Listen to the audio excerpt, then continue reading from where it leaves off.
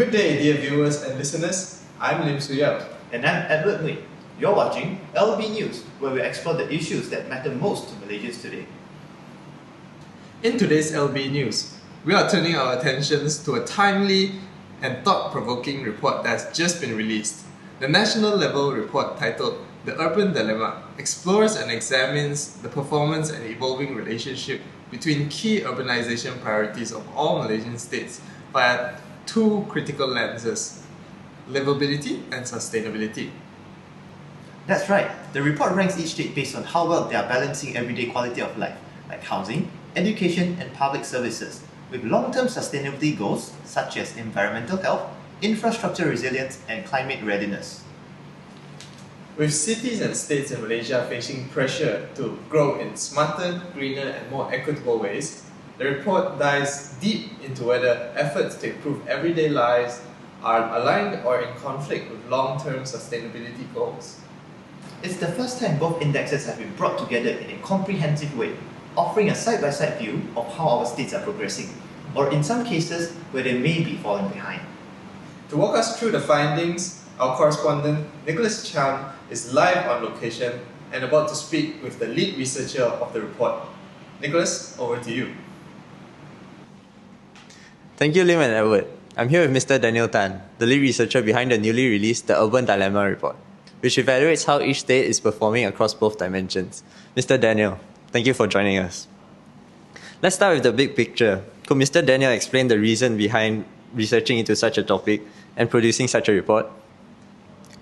Thanks for having me, Nicholas. So, the main aim is to examine whether there is a trade-off between livability and sustainability as Malaysian states urbanize. Can we improve the quality of life without compromising long-term environmental goals or vice versa? The report also aligns with several SDG, particularly SDG 11, 9, 6, 7 and 12, covering urban resilience, clean water, energy, and responsible development. As for the data, we rely mainly on publicly available datasets on DOSM, as well as relevant states-level datasets, to ensure the fairness and comparability across states of varying population sizes and economic scales. We process the data using standard statistical techniques. This included normalization to bring all indicators to a common scale, calculating the ratios such as healthcare access per capita or carbon emission per GDP, and also computing the various rates like job saturation or poverty indicators. This gave us a clean, balanced dataset to work with, allowing each state's performance to be evaluated on equal footing. Interesting. So, one of the standout and perhaps surprising findings is that Selangor, Malaysia's most developed state, although has shown improvement, still ranks at the bottom in terms of livability, moving from 13th in 2016 and 2019 to 11th in 2022. Can you elaborate on that? Yes, that's a fair concern. First, it is important to clarify that for fairness, we had to exclude public transport metrics, since most states don't have rail systems yet due to lower population densities. The low livability score mainly stems from overpopulation, a saturated job market, and also one of the lowest teacher-to-student ratios, issues that affect daily quality of life. So, while the state leads in many economic metrics, it is also under significant urban pressure. I see. The report's central theme is about the relationship between livability and sustainability. From your findings, what trends are we seeing nationally? That's a good question. We've actually seen some significant progress. Back in 2016, the two indexes showed a negative correlation, meaning more livable states were often less sustainable, and vice versa. By 2019, that relationship had flattened, showing no significant correlation. Fast forward to 2022, and we are now seeing a positive correlation. In general, states that are becoming more livable are also becoming more sustainable. That's encouraging to hear. So, which states are currently doing well in balancing both livability and sustainability? And what can other states learn from them? The two states that stand out the most are Pahang and Perak. They have both taken a proactive approach, having resilient community safety and brilliant education quality. For example, Pahang has kept both its absolute and relative poverty rate low while still scoring high in infrastructure sustainability.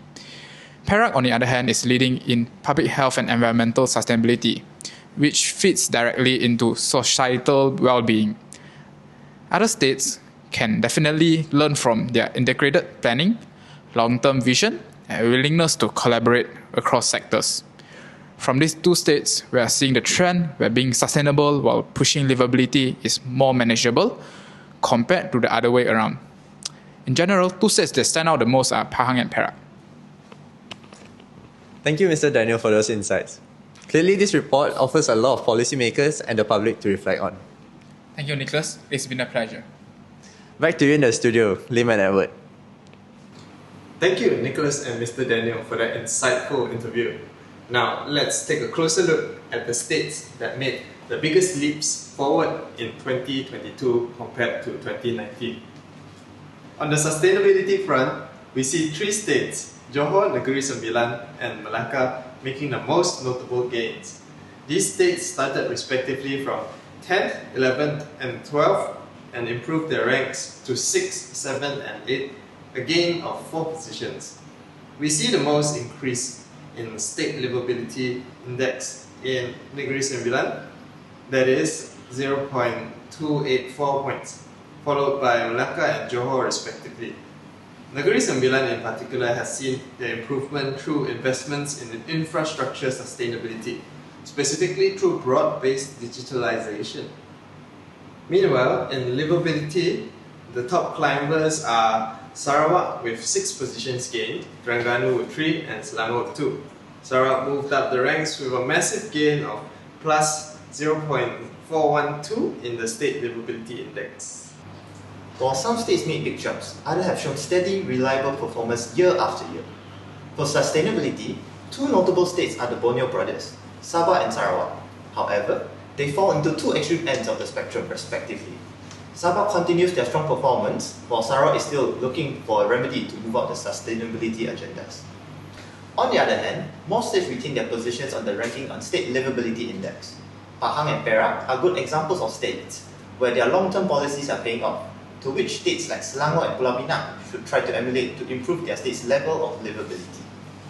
As we have heard earlier in the interview, Mr. Daniel's team explained a lot on livability, but that doesn't mean sustainability should take a back seat. In fact, Sabah is a case worth highlighting. While not always on the top tier for livability, it has consistently performed well on sustainability. Key strengths include high forest coverage and sustainable water consumption behavior, domestic and industrial. Most recently, Sabah launched the Action Plan on Forest Plantation Development 2022 to 2036, aiming to upgrade its forest plantation.